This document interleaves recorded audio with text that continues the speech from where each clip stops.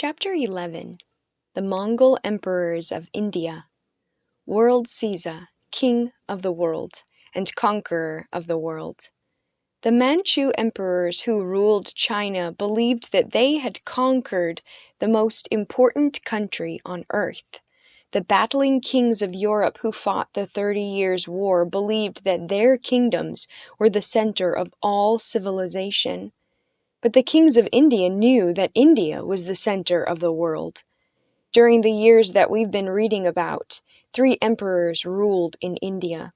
The first was named World Caesar. When World Caesar's son inherited his father's throne, he named himself King of the World. And when King of the World's son became king, he gave himself the proudest name of all, Conqueror of the World. The first emperor, World Caesar, was a descendant of the great Mongol warrior Genghis Khan. Many years before, one of Genghis Khan's relatives, a prince named Babur, had wandered south down into India. Here he found a number of different little Indian kingdoms, each governed by a nobleman.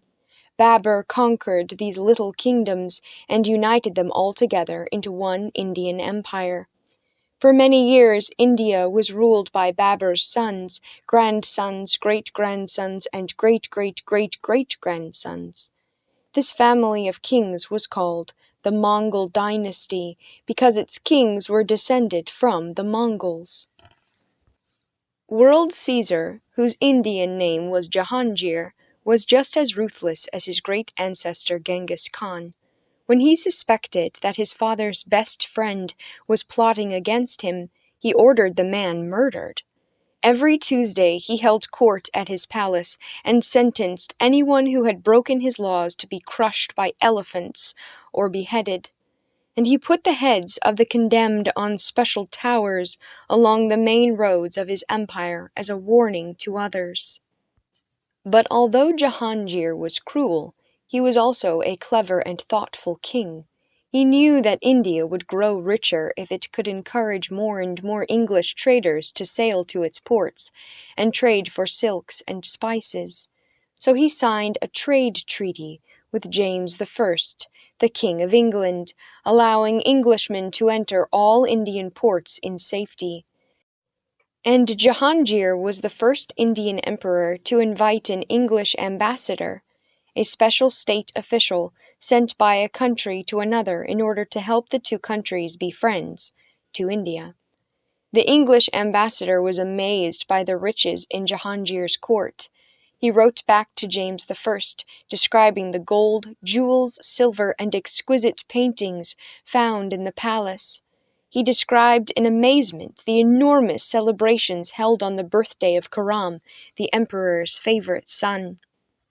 On this day, Khurram was dressed in gold and jewels and was seated on the side of an enormous pair of golden scales. Courtiers heaped bags of gold, jewels, spices, corn, and butter on the other side of the scales until they had measured out the weight of the prince in goods. The goods were all given away to the poor. When Jahangir died, Khurram became emperor. As emperor, he was given a new name. Just as his father, Jahangir, had been known as World Caesar, Khurram would now be called Shah Jahan, or King of the World. As soon as Shah Jahan became king, he made sure that everyone knew he was just as powerful as his father. He ordered all rivals to the throne, including his 2 brothers, to put to death. When he learned that some of the towns at the far edges of India were preparing to rebel against his rule, he set off himself to fight against the rebels. He spent years strengthening his control over India. The King of the World didn't reign alone. His wife, Mamat's Mahal, had already borne him 13 children. Now she traveled with him everywhere, helped him govern his kingdom, and worked with him to plan out his military campaigns. She kept his seal, the sign of his authority, and every decree that he made went to her to be approved. But only 3 years after Shah Jahan became king, tragedy struck him. He was traveling to a battle with Mumatz and his army when Mumatz grew ill and died. Shah Jahan's hair turned white from grief. He cried so much that he ruined his eyesight and had to wear glasses for the rest of his life. He spent 2 years mourning his wife. During this time he refused to hear any music, wear beautiful clothes, or eat any rich food. When the 2 years was over, Shah Jahan decided to build Mama's Mahal a tomb, or mausoleum, that would show the whole world how much he loved her. Shah Jahan quarried the finest transparent marble and the reddest sandstone for this tomb. He gathered precious stones for its walls, shining green jade, sparkling diamonds, sky-blue turquoise. He chose a beautiful spot on the banks of the Yamuna River, where the tomb would overlook the clear, running waters. 20,000 craftsmen labored over the building for over 20 years. They built a huge marble dome surrounded by smaller domes on a red sandstone foundation. A huge garden in front of the tomb was planted with tulips and daffodils. A red mosque was built on either side of the mausoleum so that the Muslims of India could worship there. All of the buildings were covered with intricate carvings of vines, fruit, leaves, and flowing lines of Arabic writing from the Muslim holy book, the Quran. The flowers and vines were inlaid with jewels, sometimes as many as 50 jewels in a single flower. Shah Jahan had built the most beautiful building in India. This mausoleum, the Taj Mahal, became known as the 8th wonder of the world.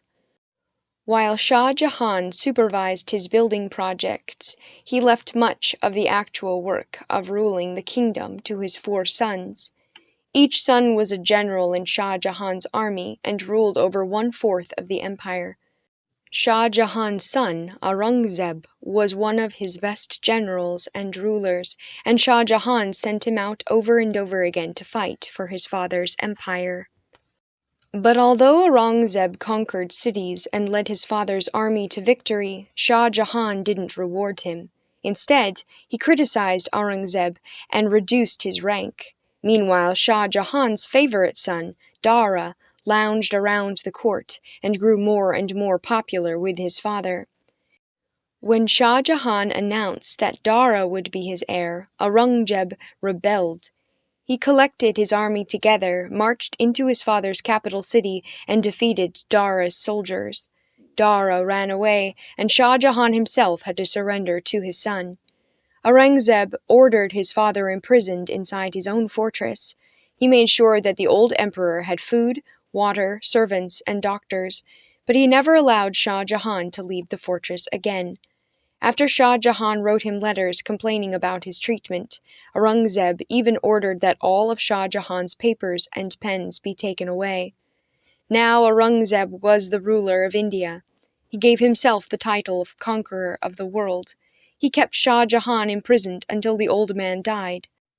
Shah Jahan was buried next to Mama's Mahal in the Taj Mahal, and Aurangzeb, conqueror of the world, was the undisputed emperor of all India.